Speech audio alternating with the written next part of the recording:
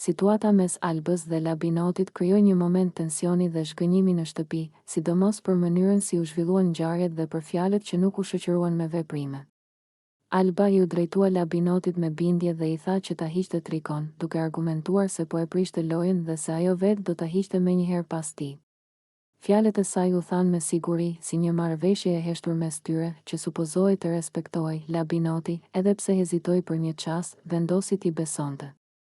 Ai e hoqi trikon, duke treguar se ishte gati të mbante përgjegjësi për veprimin e tij dhe të mos fshihej pas justifikimeve. Por ajo që pasoi e vendosi Albën në një dritë krejt tjetër. Alba nuk e hoqi trikon, ashtu siç kishte premtuar. Në atë moment, fjala e saj humbi peshë dhe situata mori një tjetër kuptim. Toni, nga ana tjetër, zgjodhi të mos përfshihej fare në këtë lloj fjalësh dhe veprimesh të paqarta. Ai qëndroi jashtë, duke mos e ndjekur as Albën dhe as Labinotin. Kjo e bëri edhe më të dukshme kontrastin mes atyre që flasin dhe atyre që veprojnë. Labinoti, duke e parë që Alba nuk e mbajti fjalën, reagoi hapur. "Unë jam burr," tha ai, duke nënkuptuar se për të fjala ka vlerë dhe se ajo që thuhet duhet edhe të bëhet. Veprimi i tij nuk ishte thjesht për trikon, por për parimin. Ai e bëri të qartë se nuk pendohej që e kishte hequr, sepse kishte vepruar sipas asaj që i ishte thënë dhe sipas karakterit të tij. Kjo situatë forcoi edhe më shumë perceptimin e Albës si e pabesë në lojë. Jo sepse bëri një gabim të madh, por sepse premtoi diçka që nuk e mbajti.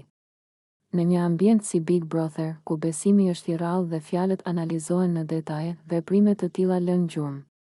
Banorët fillojnë të pyesin veten, a mund t'i besohet Albës, apo fjalët e saj janë thjesht pjesë e strategjisë? Në fund, kjo ngjarje tregoi edhe një herë se në këtë lojë nuk mjafton të flasësh me siguri. Ajo që të jep peshë është përputhja mes fjalës dhe veprimit. Dhe pikërisht aty, Alba humbi terren. Ndërsa Lab, gjatë një momenti të papritur në shtëpinë e Big Brother Kosova, Benita u rrëzua dhe u lëndua në këmbë, duke shkaktuar shqetësim të menjëhershëm tek banorët përreth saj. Rënia ndodhi shpejt dhe pa paralajmërim, por mjaftoi për të prishur ritmin e zakonshëm të lojës dhe për të krijuar një tension të dukshëm në atmosferë. Benita u përpoq të ngrihej, por dhimbja e bëri të qartë se nuk ishte diçka që mund ta kalonte lehtë. Toni dhe Klodi reaguan menjëherë. Pa humbur kohë, ata ju afruan dhe nuk e lanë Benitën të prekte fare tokën me këmbën e lënduar. Me shumë kujdes, e mbajtën në krah, duke u siguruar që ajo të mos rëndonte mbi veten dhe të mos përkeqësonte gjendjen. Ishte një reagim instinktiv, por edhe shumë njerëzor, që tregoi solidaritet dhe kujdes të vërtet në një moment delikat. Ndërkohë, loja që kishin nisur nuk u ndërprer plotësisht. Me një fanell dhe mendimin e 3 personave, ata u përpoqën ta vazhdonin sfidën, duke treguar se sa shumë rëndësi kishte për ta përfundimi i asaj që kishin filluar. Edhe pse situata ishte e vështirë, askush nuk donte që lëndimi i Benitës të prishte plotësisht dinamikën e lojës dhe energjinë që ishte krijuar mes tyre. Benita, edhe pse e lënduar, mundohej të qëndronte e qetë.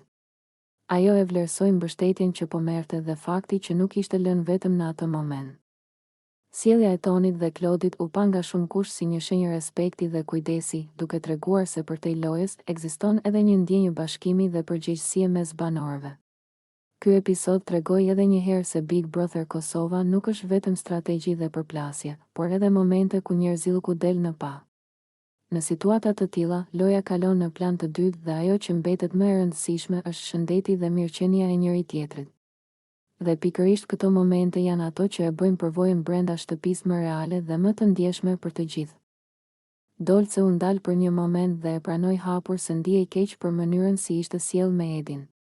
Me kalimin e ditëve dhe pas gjithçkaje që kishte ndodhur, ajo kishte filluar ta shihte situatën me sy tjetër, më të qetë dhe më të pjekur.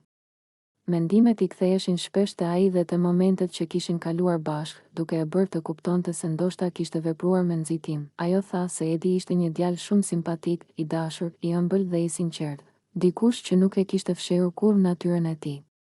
Për Dolcen, kjo ishte ajo që e bënte edhe më të dhimbshme ndarjen. Fakti që përballë kishte pasur një njeri të mirë, jo dikë që e meritonte ftojen apo distancimin. Unë bëra gabim, e pranoi ajo pa justifikimin, duke treguar se ishte e vetëdijshme për përgjegjësinë e saj. Sipas saj, vendimi për t'u ndarë nga Edi nuk kishte ardhur nga mungesa e ndjenjës, por nga konfuzioni, presioni I situatës dhe ndoshta frika për t'u përfshirë më shumë se sa ishte gati. Brenda shtëpisë, gjithçka përjetohet më fort, emocionet janë më të theksuara dhe vendimet shpesh merren pa pasur kohë për reflektim të vërtetë. Vetëm tani, me distancë emocionale, ajo po e kuptonte më qartë se çfarë kishte humbur. Dolce u shpreh se nëse do të dilte nga shtëpia, do ta takonte patjetër Edin. Për të, kjo nuk ishte thjesht një dëshirë, por një nevojë për ta mbyllur atë kapitull me ndershmëri. Ajo donte t'i fliste, t'i kërkonte falje dhe t'i tregonte se vlerësimi për të kishte qenë gjithmonë i vërtetë. Ishte një djalë fantastik, tha ajo me bindje, duke mos lënë vend për dyshim. Ky reflektim tregoi një anë më të ndjeshme të Dolces, një anë që pranon gabimet dhe nuk ka frikë të thotë se ka pendes. Për disa, kjo ishte shenjë dobësie, për të tjerë, shenjë pjekurie. Por një gjë ishte e sigurt, fjalët e saj nuk vinin nga strategjia, por nga zemra. Dhe ndonjëherë, pikërisht kjo sinqeritet është gjëja më e vlefshme që mund të dalë nga një përvojë si ajo brenda shtëpisë.